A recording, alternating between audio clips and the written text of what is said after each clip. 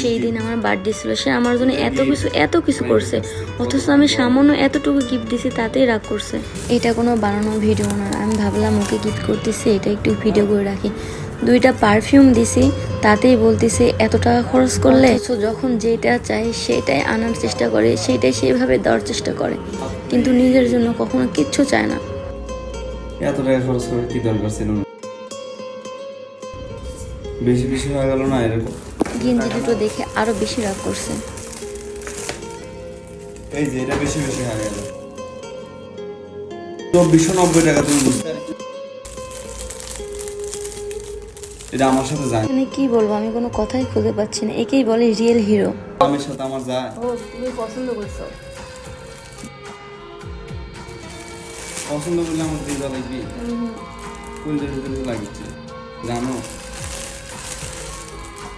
আমার 11 টাকা থেকে সেই